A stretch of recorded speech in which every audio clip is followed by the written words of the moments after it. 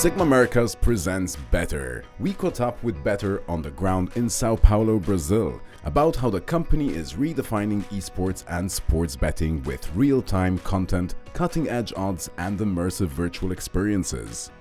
The exhibition has been great. It's very interesting to see the Brazilian market start to mature after the new regulations that have taken place. And we're also really excited with all the licensed operators that are coming around and the B2B platform providers. So it's been a great experience for us, and also getting the feedback from what the market is looking for and understanding that our fast-paced content is really bringing a lot of value for our existing clients such as Betano, Superbet, Novibet, EstrelaBet. Well, I consider that we're probably going to be expanding as much as we can here, and we're even rounding out the fact that we're creating a dedicated sales team as well as account management team to be able to support our existing customers here and those that we're adding as a result of this event. From a localized content standpoint, we understand from our operators that in order to engage the bettors, the end users here in Brazil, it's very essential that we have some content that really speaks to their heart. So even to the extent that we're doing it, we're creating dedicated tournaments that are, let's say with our FIFA eFootball and other content that is really localized, centered around like the Brazilian League, Copa Americas, so that we really are able to help our operators engage the end user in a much more, let's say, personable way. As related to the rest of the Latin market, we're currently working with operators in Colombia, as well as in Peru, Argentina, and Buenos Aires, where in both Peru and Argentina, we have license and certification.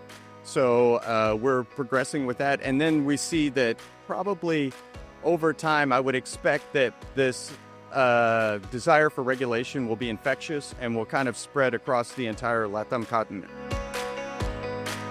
I see that probably that it will replicate kind of the European model in the sense that every country wants to maintain their own autonomy a little bit, and maybe have some, let's say, region-specific regulations. But I think everything will become more standardized when it comes to KYC, responsible gaming. I think all of that is going to become fairly static and standard across the entire region.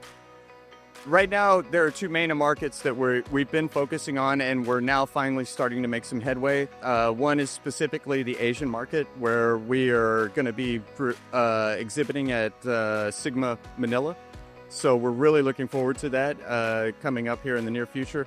But also the U.S. market, where we've just recently gone live with some of our content in New Jersey, as a matter of fact, and have been approved, and we're going through the process of getting approval in the remaining 33 states that, require online gaming.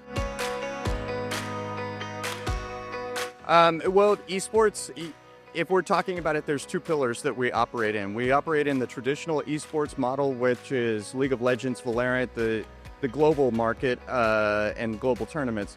But we also have our own commercial tournaments that we produce in and around our FIFA, NBA, 2K, as well as NHL. And so I think from there, it's going to have definitely a strong reach in both of those regions. We already know that in the Asian market, they're very interested in bots tournaments, AI-generated, computer versus computer, in which case we have an extensive package of that we provide for a majority of our Asian clients.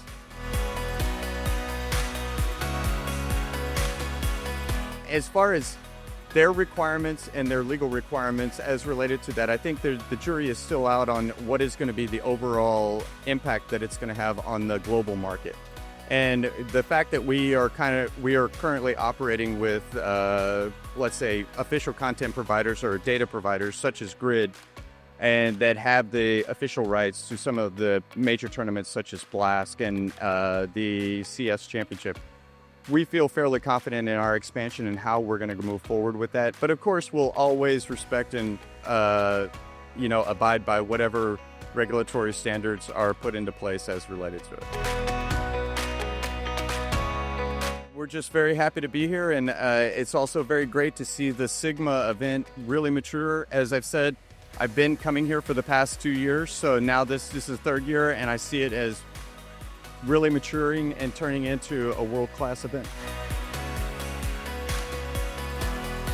I would say the highlight of the event has really, honestly, getting a chance to see how the licensed operators are really internalizing all the recent changes that have taken place and how everybody is adapting.